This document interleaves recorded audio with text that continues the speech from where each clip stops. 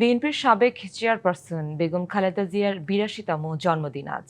একজন গৃহবধূ থেকে জনপ্রিয় রাজনীতিক, ত্যাগ আর নানা চড়াই উতরাই পেরিয়ে হয়ে উঠেছিলেন আপসহীন নেত্রী। খালেদা জিয়ার জন্ম ১৯৪৬ সালের ১৫ই আগস্ট দিনাজপুরে। ৪ বোন ও ২ ভাইয়ের মধ্যে খালেদা জিয়া চতুর্থ। পৈতৃক নিবাস ফেনীর ফুলগাজী হলেও তার শৈশব কৈশোর কেটেছে দিনাজপুরের বাবার কর্মস্থলে। ১৯৮২ সালের ৩রা জানুয়ারি একজন রাজনৈতিক কর্মী হিসেবে খালেদা জিয়া আত্মপ্রকাশ করেন। সেদিন তিনি বিএনপির প্রাথমিক সদস্য পদ লাভ করেন। একই বছর ৭ই নভেম্বর জিয়াউর রহমানের সমাধিস্থলে শ্রদ্ধা নিবেদন করতে গিয়ে তিনি প্রথম বক্তব্য রাখেন।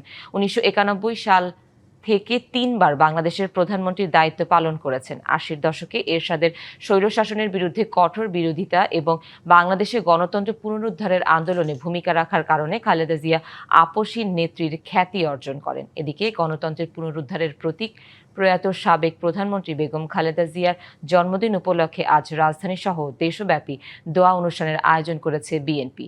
এছাড়া গুলশানের কেন্দ্রীয় কার্যালয়ে বাদ-আসর দোয়া অনুষ্ঠান অনুষ্ঠিত হবে। নগদ নিয়ে এলো হার না মানা হার অফার। সর্বনিম্ন ১০,০০০ টাকা রেমিটেন্স নগদে পাঠালে থাকছে স্বর্ণের হার জেতার সুযোগ।